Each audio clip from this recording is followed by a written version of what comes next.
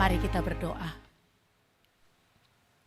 Kami bersyukur kepadamu Bapa untuk tahun 2025. Kami bisa ada di tahun ini, itu adalah kemurahan Tuhan. Dan kami bersyukur kepadamu Bapa, Engkau Allah yang menginginkan supaya kami boleh berbahagia. Dan Engkaulah yang memberitahukan hal-hal yang akan membuat kami boleh berbahagia. Engkau yang menciptakan kami, maka Engkau yang lebih tahu apa yang mendatangkan kebahagiaan bagi hidup kami. Karena itu kami memohon supaya Tuhan menolong kami pada pagi hari ini, supaya telinga yang ada benar-benar terbuka terhadap firman-Mu. Hati yang Engkau tempa ini akan benar-benar terbuka terhadap perkataan-Mu.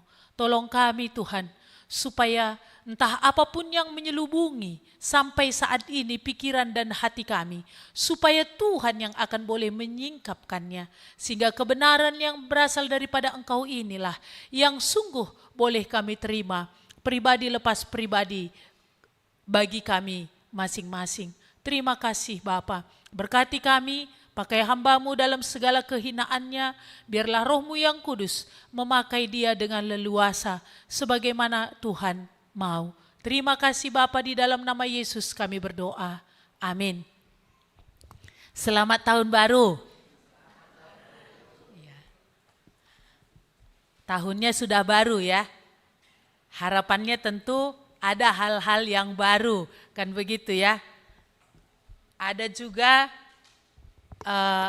komitmen atau resolusi yang baru yang mungkin ada dalam diri kita pribadi lepas pribadi. Ya, baik. Kita akan belajar di sekolah minggu dewasa hari ini, yaitu dari Mazmur 1. Mazmur 1 ayat 1 sampai 6.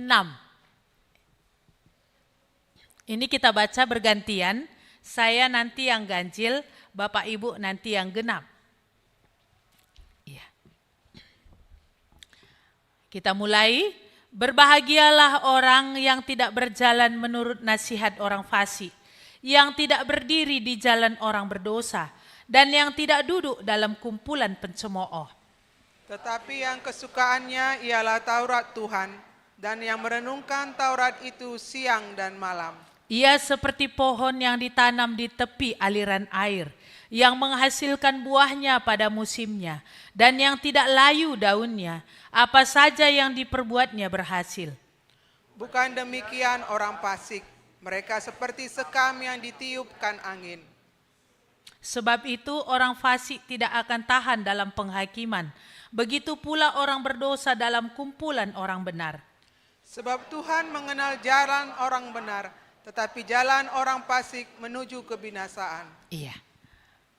Kita melihat tema kita di sini, hidup yang berbahagia. Pasti ini salah satu menjadi harapan di tahun 2025 ini. Ya, entah seperti apapun kita di tahun 2024. Ya, seperti MC tadi katakan, ada banyak hal yang kita jalani. Tentunya harapan tiap orang di tahun 2025 ini akan lebih baik. Ada harapannya tahun 2025 ini lebih tidak baik lagi. Itu tentu tidak ada ya. Iya. Kebahagiaan adalah dambaan setiap orang. Berbagai cara dan usaha dilakukan orang agar hidupnya berbahagia. Namun, apakah rahasia kebahagiaan itu sesungguhnya? Sesungguhnya Tuhanlah yang mengetahui apa yang membuat kita berbahagia. Karena Dia yang menciptakan manusia, Dialah yang memberikan jawabannya di dalam Mazmur ini supaya kita berbahagia. Jadi Mazmur itu ada 150 ya, Mazmur ya. Diawali dengan Mazmur 1 ini seperti pintu gerbang untuk masuk ke Mazmur-Mazmur yang lainnya, di mana diawali dengan kata berbahagia. Bukankah itu sesuatu yang indah? Yang inilah yang Tuhan sebenarnya mau berikan kepada manusia. Inilah kerinduan Allah, dan ini yang Allah satu-satunya yang sebenarnya bisa mewujudkan. Kesenangan dan kebahagiaan itu dua hal yang berbeda. Maka kalau kesenangan itu ditentukan oleh hal-hal yang ada di luar, tentang kondisi yang ada. Tetapi kebahagiaan itu adalah dari dalam, bentuknya lama. Dan ini bisa juga bersifat, bisa kepada hal yang kekal. Maka itu satu-satunya yang bisa memberikan, itu Tuhan itu sendiri yang menciptakan kita. Maka kita bersyukur di dalam Mazmur ini diawali dengan Mazmur 1 dengan kata pertama, berbahagialah orang. Iya. Jadi di sini tadi dikatakan orang yang seperti apakah yang berbahagia menurut Mazmur ini? Iya. Dikatakan di sini orang yang berbahagia adalah yang tidak berjalan menurut nasihat orang fasik, yang tidak berdiri di jalan orang berdosa, yang tidak duduk dalam kumpulan pencemooh, tetapi yang kesukaannya ialah Taurat Tuhan dan yang merenungkan Taurat itu siang dan malam. Inilah yang akan berbahagia, yang tidak menurut nasihat orang fasik, yang tidak ikut. Ada kata kerja di sini berjalan ya. Ada kata berdiri, ada kata duduk. Tetapi ini semua menunjukkan berjalan itu adalah satu sikap sudah mulai mempertimbangkan. Kalau berdiri ini sudah memang ada kepada satu keputusan. Kalau duduk ini udah nyaman. Ini berbicara soal apa? Dosa tadi. Maka di sini dikatakan yang berbahagia yang menjauhi ini. Pintu pertamanya itu adalah berdiri, mulai dari mempertimbangkan. Akhirnya akan melakukan sampai ada kepada merasa nyaman, udah gak ada lagi terganggu terhadap dosa itu tadi, maka dikatakan ini gak akan mungkin mendatangkan kebahagiaan. Ya walaupun banyak orang berpikir mana tahu ini mendatangkan kebahagiaan. Kenapa orang bisa terjerat dalam narkoba? Tentu awalnya kerinduannya adalah supaya dia tenang, supaya dia senang, supaya dia bahagia. Tetapi pada kenyataannya bagaimana? Itu membawa dia kepada kehancuran.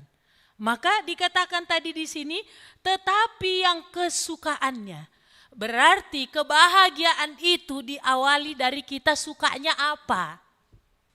Kesukaan kita itu di mana? Apakah kesukaan kita tadi itu kepada apa yang dikatakan oleh orang? Orang fasik, orang berdosa, orang yang mencemooh.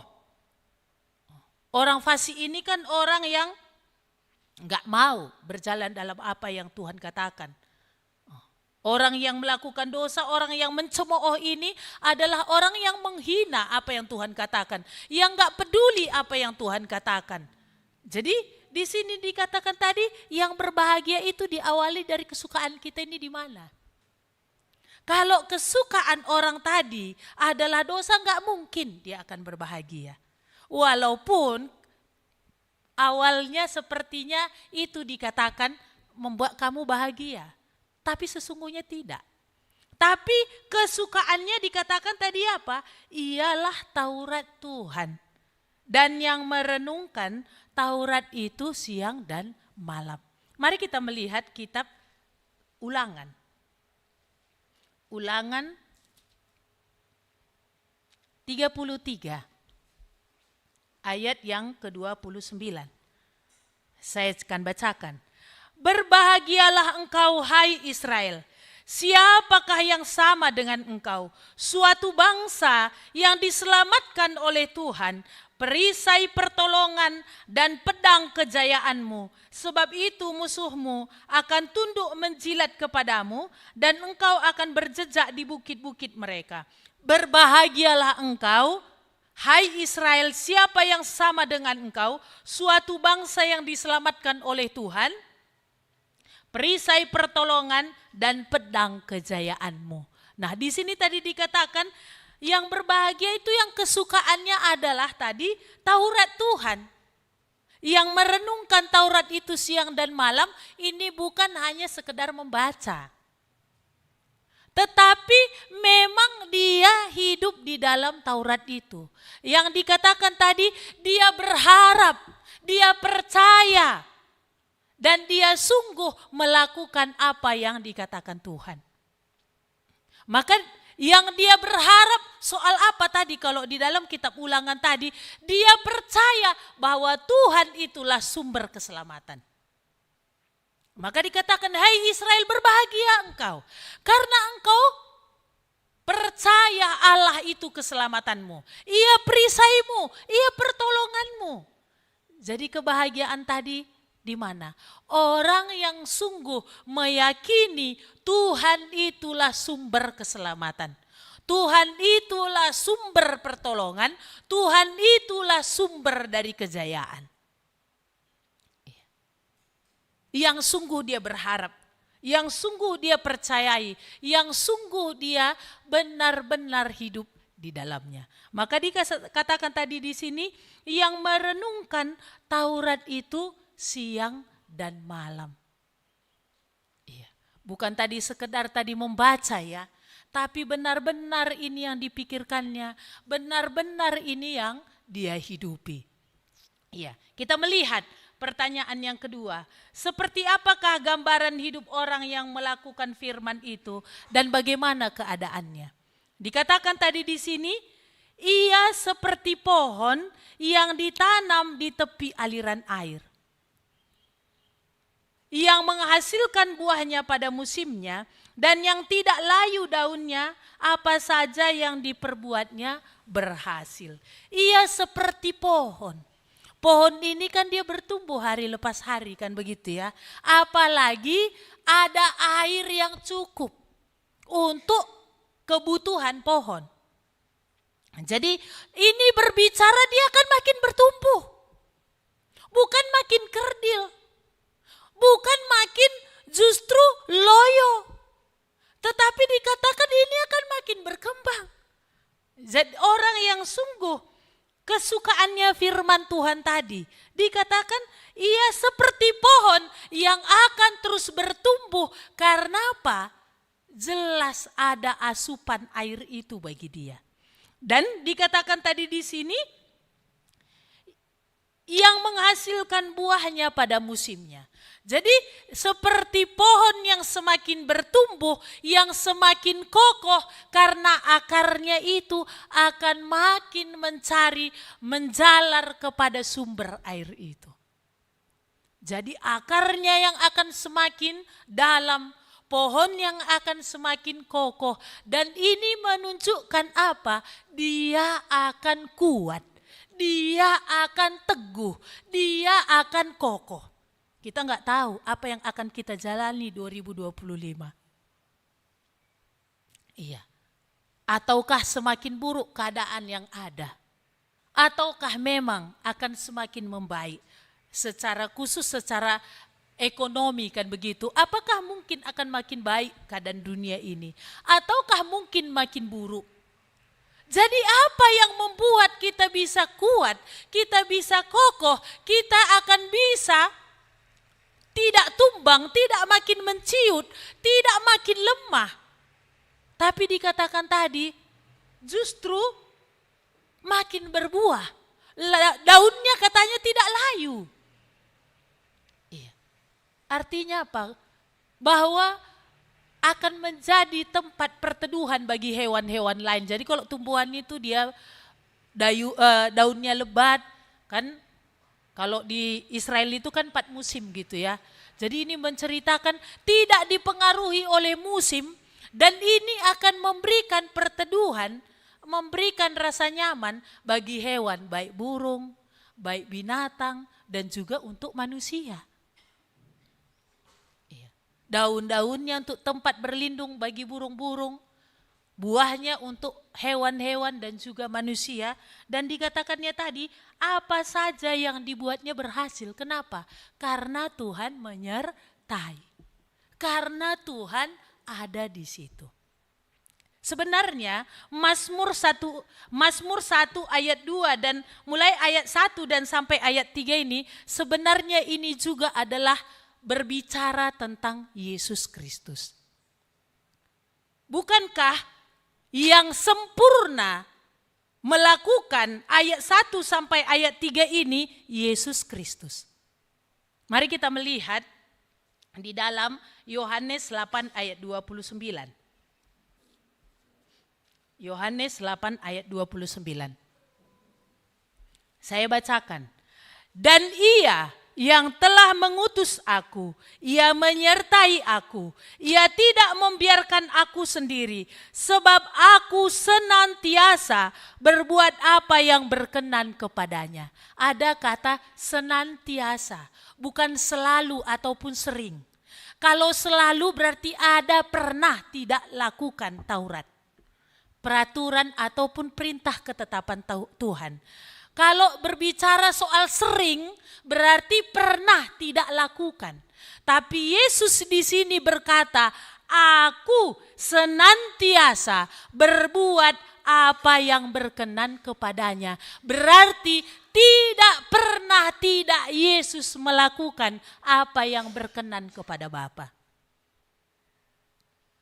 Dia sempurna di dalam melakukan hukum Taurat. Dia melakukan tuntutan, perintah, peraturan yang Bapa berikan. Sempurna dia kerjakan. Makanya berkali-kali ya, ada pernah artinya orang Israel itu memuji. Ya, itu nanti bisa Bapak Ibu baca di dalam Markus 12 ayat 13. Mereka bilang gini, kami tahu engkau enggak pernah cari muka. Engkau selalu berkata jujur. Dalam pernyataan yang demikian seperti memuji Yesus, sebenarnya terselip untuk boleh mencobai dia. Lalu dia bilang, kalau begitu, manakah benar? Apakah kami memberikan persembahan kepada kaisar atau hanya kepada Allah saja? Yesus berkata apa? Dikatakan Yesus tahu hati mereka. Mengapa engkau mencobai aku? Kalau udah dia bilang kan, maka pernah ada satu orang di daerah kampung kami itu, ini anak muda ini minum minuman keras gitu ya. Lalu dibilang satu anak muda ini, mantap kali kawan kita ini kalau minumnya, jago kali, minumnya banyak, overdosis mati. Karena dipuji, keren kali kau kawan. Kau kalau minum gak ada tandingannya kami di sini. Makin pateng-tengan, makin dia banyak minum. Terakhirnya mati. Yesus pujian tidak membuat dia jatuh. Hinaan tidak membuat dia jatuh. Penderitaan tidak membuat dia jatuh. Hal yang menyenangkan itu juga tidak membuat dia jatuh. Dalam segala situasi dia tidak pernah jatuh. Dan dia sempurna. Sebagaimana yang dikatakan di dalam Mazmur ini tadi, dia tidak terpengaruh oleh kata-kata orang fasik. Dia tidak terpengaruh dengan apa yang dilakukan orang berdosa sekalipun dia berkecimpung di dalamnya. Dia ada di tengah-tengah orang berdosa. Dia tidak terpengaruh. Dan juga dia tidak terpengaruh kepada orang-orang yang mencemooh Allah itu yang adalah pribadinya sendiri. Bahkan dalam segala kesempatan yang ada, justru baik itu cemoohan, baik itu kata-kata yang sebenarnya yang melawan Tuhan, fasik seperti itu, baik hal-hal yang mendatangkan dosa, baik hinaan, seringkali ini Tuhan pakai untuk memberikan pengajaran. Seringkali muncul pengajaran Tuhan yang sangat-sangat bagus. Dari apa? Dari niat yang jahat. Termasuk salah satunya tadi dalam diberikan pajak kepada kaisar atau hanya kepada Allah saja. Lalu Yesus bilang, mana koinmu? Biar aku lihat. Ditunjukkan gambar dan tulisan siapakah ini? Gambar kaisar dan tulisan kaisar. Berilah kepada kaisar apa yang menjadi bagian kaisar. Berilah kepada Tuhan apa yang menjadi bagian Tuhan. Dan ini juga lah yang akhirnya diteruskan oleh Petrus. Ini juga diteruskan oleh Paulus dalam pengajarannya terhadap orang-orang percaya untuk tetap menghormati pemerintah dalam segala kebijakan mereka. Karena ini adalah tangan Tuhan sendiri yang mengangkat pemerintah. Jadi kita melihat di sini, dialah yang sempurna melakukan apa yang dituntut, apa yang dikatakan di dalam Mazmur 1 ayat 1 sampai 3 tadi. Mari kita melihat lagi di dalam Ibrani 5 ayat 8. Ibrani 5 ayat 8 dan 9. Saya bacakan. Dan sekalipun ia adalah anak, ia telah belajar menjadi taat dari apa yang telah dideritanya. Dan sesudah ia mencapai kesempurnaannya, ia menjadi pokok keselamatan yang abadi bagi semua orang yang taat kepadanya. Dikatakan tadi di sini, sekalipun ia adalah anak, ia telah belajar menjadi taat dari apa yang telah dideritanya. Dia taat bukan dari kesenangan semata, tapi dia taat dari apa yang dideritanya. Maka dikatakan, dan sesudah ia mencapai kesempurnaan, ia menjadi pokok keselamatan. Yesuslah pokok keselamatan, dan ini tidak ada di manapun. Tidak ada keselamatan di dalam siapapun yang diberikan oleh Allah di bawah kolong langit ini, selain di dalam Dia, yaitu siapa? Yesus. Iya. Mari kita melihat di dalam Filipi 2. Ini kemarin juga kita baca di tanggal 25, Filipi 2 ayat yang ke-6 sampai ayat yang ke-11. Saya bacakan. Dan walaupun dalam rupa Allah, tidak menganggap kesetaraan dengan Allah itu sebagai milik yang harus dipertahankan, melainkan telah mengosongkan dirinya sendiri dan mengambil rupa seorang hamba dan menjadi sama dengan manusia. Dan dalam keadaannya sebagai manusia, ia telah merendahkan dirinya dan taat sampai mati. Bahkan sampai mati di kayu salib. Itulah sebabnya Allah sangat meninggikan dia dan mengaruniakan kepadanya nama di atas segala nama, supaya dalam nama Yesus bertekuk lutut segala yang ada di langit dan yang ada di atas bumi dan yang ada di bawah bumi, dan segala lidah mengaku Yesus Kristus adalah Tuhan, bagi kemuliaan Allah Bapa. Dikatakan tadi di sini apa? Ia taat sampai mati, bahkan mati di kayu salib. Bukan taat sampai mati dalam artian kalau Daud juga di akhir hidupnya taat sampai mati di akhir hidupnya. Tapi Yesus taat sampai mati bahkan ketika dia mati di kayu salib. Maka kita lihat tadi, dia sempurna dalam ketaatannya kepada Bapa. Dia sempurna ketaatannya terhadap Taurat. Maka dikatakan tadi di sini, dan segala lidah akan mengaku, segala lutut akan bertelut. Iya. Mari kita melihat di dalam Yohanes 3 ayat yang ke-36. Yohanes 3 ayat 36 sama-sama kita membaca. Dua-dua ya. Barang siapa percaya kepada anak, ia beroleh hidup yang kekal. Tetapi barang siapa tidak taat kepada anak, ia tidak akan melihat hidup, melainkan murka Allah tetap ada di atasnya. Hari ini, sekalipun Yesus sudah bangkit dari antara orang mati, bukankah masih ada lidah yang gak mengaku? Masih ada lutut yang tidak bertelut? Tetapi ini pasti akan genap. Di dalam kekekalan ini pasti genap.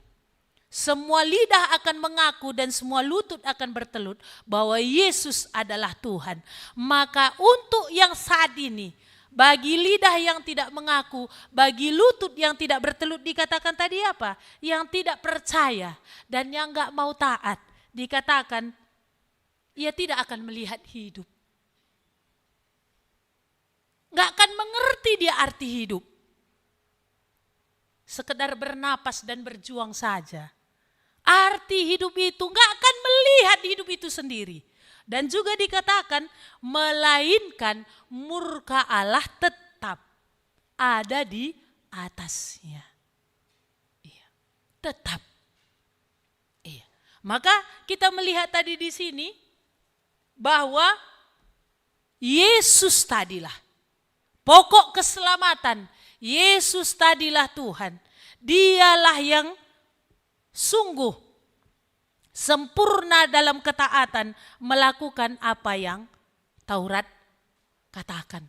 Maka juga dikatakan di dalam Efesus 1 ayat 13, tidak usah kita membacanya, bahwa dikatakan di dalam Dia kamu juga, ketika kamu mendengar Injil keselamatanmu, di dalam Dia kamu juga, ketika kamu percaya, kamu menerima Roh Kudus sebagai meterai.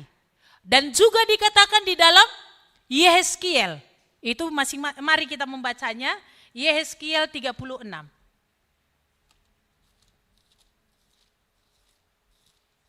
Yehezkiel 36 ayat yang ke-25 sampai 27, saya akan membacanya dengan cepat. Dan aku akan mencurahkan kepadamu air jernih yang akan mentahirkan kamu dari segala kenajisanmu dan dari semua berhala-berhalamu. Aku akan mentahirkan kamu. Kamu akan kuberikan hati yang baru dan roh yang baru di dalam batinmu. Dan aku akan menjauhkan dari tubuhmu hati yang keras dan kuberikan kepadamu hati yang taat. Rohku akan kuberikan diam di dalam batinmu, dan aku akan membuat kamu hidup menurut segala ketetapanku dan tetap berpegang pada peraturan-peraturanku dan melakukannya. Maka siapakah yang akan bisa? Kesukaannya adalah Taurat itu. Kristus yang adalah pokok keselamatan ini. Kristus yang adalah Tuhan. Di dalam Dia ada keselamatan, dan di dalam Dialah ketika orang percaya Roh Kudus diberikan. Inilah yang akan sanggup melakukan Mazmur 1 ayat 1 dan 3 ini. Maka dikatakan tadi di sini, ia seperti pohon yang ditanam di tepi aliran air. Dikatakan ayat 2 tadi, kesukaannya ialah Taurat Tuhan. Jikalau orang sungguh sudah datang kepada Yesus karena percaya Dialah pokok keselamatan yang sudah ditentukan Tuhan, karena Dialah yang sempurna melakukan segala hukum yang dituntut oleh Tuhan, dan Dialah yang memberi dirinya mati sampai mati di kayu salib, menjadi tebusan dosa atas kita. Kepada orang yang percaya dan yang memilih untuk tunduk dan taat kepada Dia, dikatakan diberikan Roh Kudus yang memampukan dia untuk hidup melakukan Taurat Tuhan, yang memampukan dia untuk bisa tidak mendengarkan nasihat orang fasik. Maka apa yang dikatakan di dalam Mazmur 1 ayat 2 dan 3 ini, bukankah itu juga yang Yesus katakan kepada murid-muridnya? Jikalau engkau tinggal di dalamku dan firmanku tinggal di dalam kamu, mintalah apa saja, maka aku akan memberikannya. Dan dikatakan bahwa engkau akan berbuah banyak dan Bapakku akan dipermuliakan. Bukankah ini tujuan awal Tuhan menciptakan kita manusia? Untuk kemuliaannya. Jikalau engkau berbuah banyak, Bapakku yang akan dipermuliakan. Kalau firmanku tinggal dalam kamu, kamu di dalam aku, mintalah apa saja. Iya. Maka di sini tadi dikatakan, seperti apa orang yang sudah datang kepada Tuhan, yang kesukaannya adalah Taurat Tuhan tadi dikatakan. Seperti pohon, akan makin bertumbuh, yang akan makin kokoh, bukan tergantung kepada musim. Seperti tadi Yesus, dalam penderitaan pun ada kekuatannya untuk benar. Dalam penderitaan pun ada kekuatannya untuk bisa taat. bukan dalam beres saja. Apa yang membuat bisa taat di dalam penderitaan, bisa taat dalam kesulitan? Roh Kudus yang memberikan pertolongan. Iya. Dan firman yang Tuhan berikan yang menjadi tuntunan. Maka dikatakan di sini tadi, kalau kesukaannya adalah Taurat Tuhan, dan itu sungguh dia percayai, dan itu sungguh yang dia terima, ini sungguh menjadi pengharapannya, ini sungguh menjadi sandarannya, ini sungguh dia percayai. Dikatakan tadi apa? Makin bertumbuh. Selain itu dikatakan tadi apa? Makin kokoh. Dan juga dikatakan tadi apa? Menghasilkan buah pada musimnya. Apa yang dibuatnya berhasil? Karena Tuhan menyertai. Kita melihat pertanyaan yang ketiga. Seperti apakah gambaran hidup orang fasik dan bagaimana keadaannya? Dikatakan di ayat 4 di sini, bukan demikian orang fasik. Mereka seperti sekam yang ditiup angin. Jadi orang fasik itu seperti sekam, tak berisi, kulitnya aja yang kelihatan. Jadi bisa tampak luar ini cantik, mulus. Isinya gak ada. Gak ada firman Tuhan. Gak ada Tuhan dalam hidupnya. Ini dikatakan apa? Seperti sekam. Gimana sekam? Ditiup angin kemana ya? Terbang kemana? Enggak akan bisa punya ketetapan. Bagaimana dunia ya ikut? Apa kata orang fasik? Ya gak bisa. Bedakan benar atau salah pun gak. Ikut aja. Perkataan orang fasik bermacam-macam lewat media. Lewat hal-hal yang ditanamkan oleh budaya ini di masyarakat. Lewat orang-orang yang ada di sekitar kita. Perkataan orang fasik, perkataan orang berdosa, perkataan yang mencemooh Tuhan. Enggak bisa punya ketetapan. Jadi apa? Kayak sekam. Enggak kokoh. Maka apa? Enggak ada ketetapan tadi. Ditiup angin kemana ya kemana. Tiup lagi dari sini ya kemana? Maka apa? Terbang ke sana, terbang ke sini, terbang ke sana. Maka apa yang menjadi pendapat orang jadi pendapatnya. Apa orang bilang? Kalau seperti ini, gak akan ada ketenangan dalam hidup. Gak akan ada kenyamanan. Maka dikatakan tadi demikianlah orang fasik. Lalu dikatakan lagi apa? Orang fasik tadi akan diperhadapkan kepada penghakiman. Orang fasik tadi akan menuju kepada kebinasaan.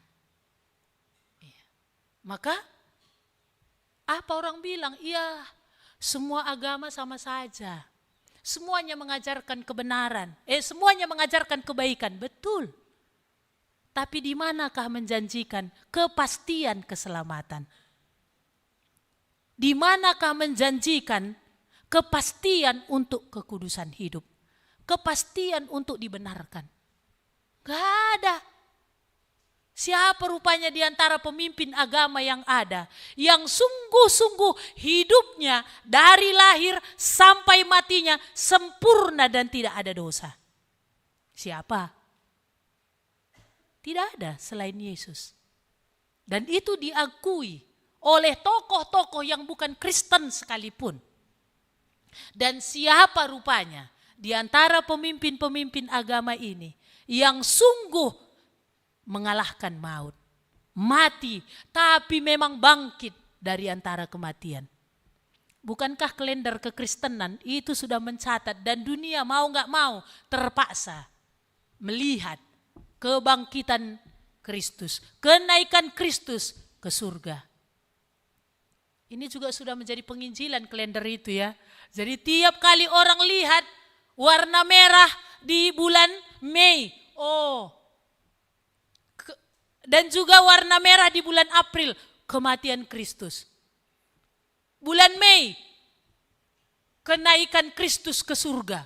Ini dicatat sekalipun dia cuma lihat kalender. Ini nanti kan juga menjadi apa? Hakim bagi dia. Mungkin ini sesuatu yang berlalu bagi dia. Siapa? Gak pernah selain satu-satunya Yesus. Dialah pokok keselamatan. Dialah Tuhan. Maka di sini tadi kita melihat perbedaannya tadi ya, sangat kontras. Iya, antara berbahagia ataukah binasa. Iya, masing-masing anak TK pun bisa tahu pilih yang mana, kan begitu ya. Memilih hidup yang berbahagia atau hidup yang binasa. Kita nggak tahu tadi ya apa yang akan terjadi tahun 2025. Tapi hari ini Tuhan sudah memberikan rahasia.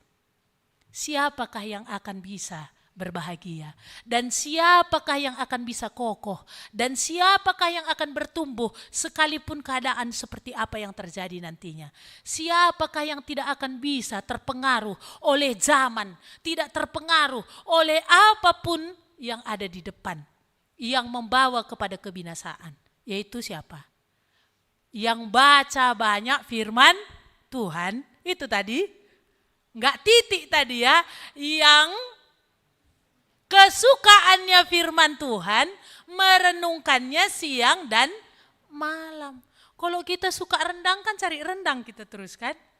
Ya paling enggak, kan artinya ada kerinduan kita untuk buat ataupun beli. Ini.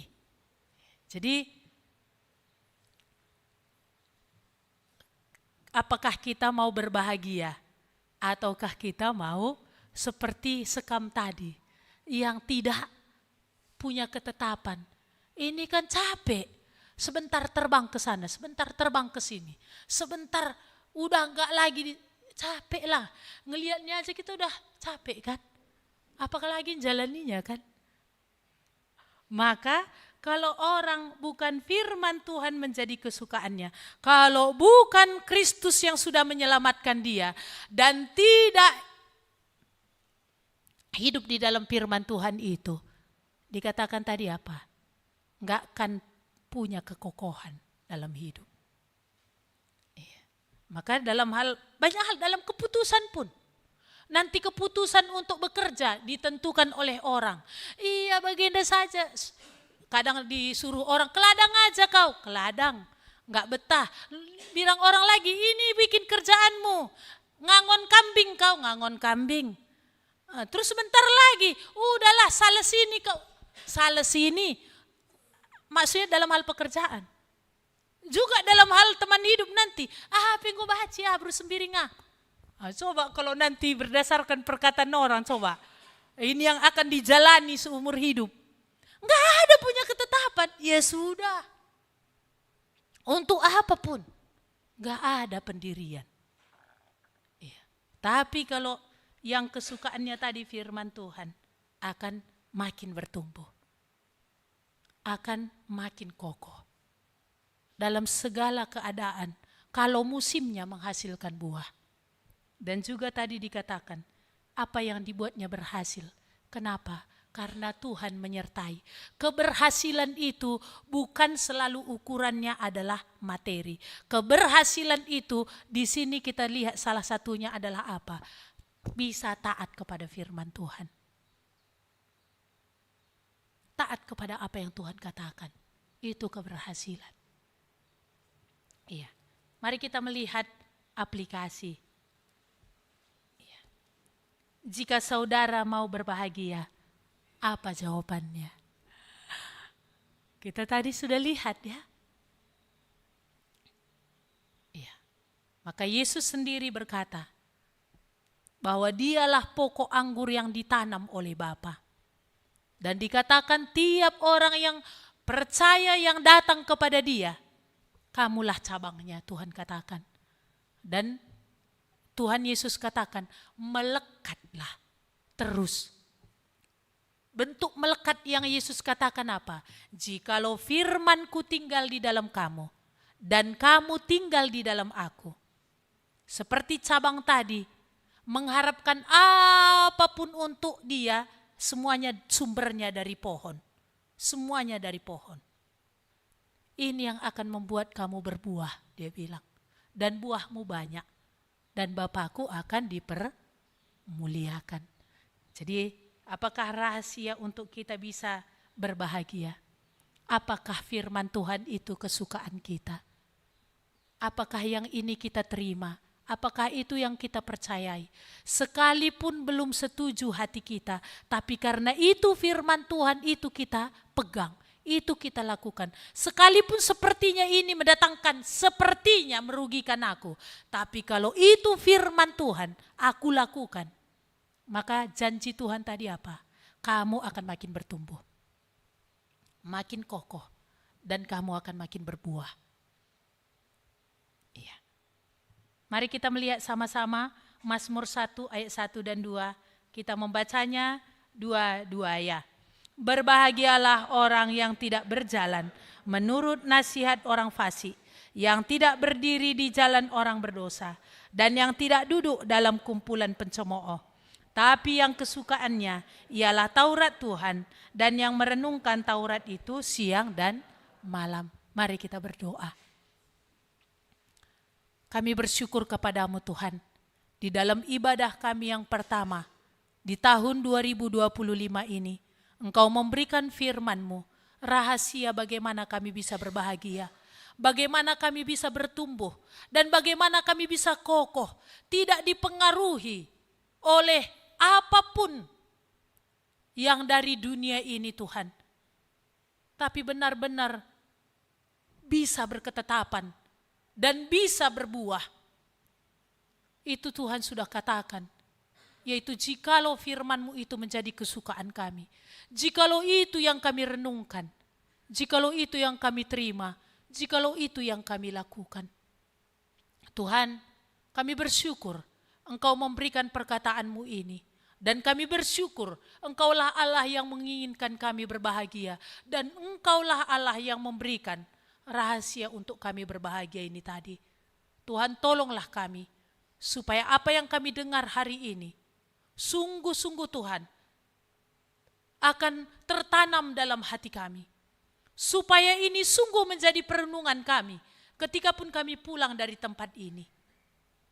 Karena apa yang Tuhan katakan itu benar adanya. Supaya kami akan menjadi orang-orang yang kokoh dalam segala situasi yang mungkin kami tidak tahu seperti apa nanti ke depan ini. Terima kasih Tuhan, kami bersyukur kepadamu. Di dalam nama Tuhan Yesus kami berdoa. Amin.